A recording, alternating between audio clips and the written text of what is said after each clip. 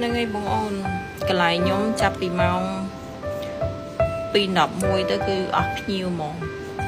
តនេជួយមក steam ផង steam ម្ដង free steam ម្ដងទៀតចឹងណាអស់តែ5រៀលតែបាន2ដងបានមក steam ម្ដងទៀតមិនបាច់ចាយលុយទេគ្រាន់តែកាន់តែกระดาษនេះមកបាន steam ហ្មងហើយយប់ឡើងគឺខ្ញុំអ្នកសវីហ្មងដោយសារតាសវីដេអូ 4-5 ថ្ងៃចឹងទៅបងអញ្ជើញមកកុំឲ្យស្ងាត់កន្លែងចឹងណា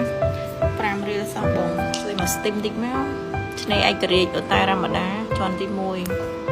ក្រមុំត្រូវប៉ាន់មេម៉ាយមិនអាយអាយនៅមេម៉ាយដូចស្រីមេម៉ាយឆាតឆាយឈុំស្រស់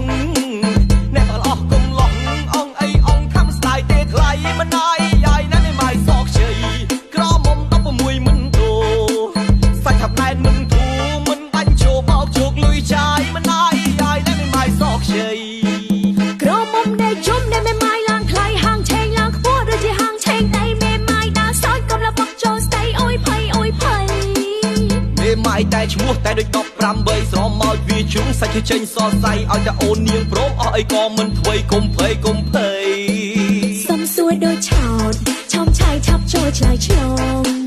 អ្នកក្រមុំអើងកងមិនក៏បងពេញចិត្តមេម៉ាយមិនណា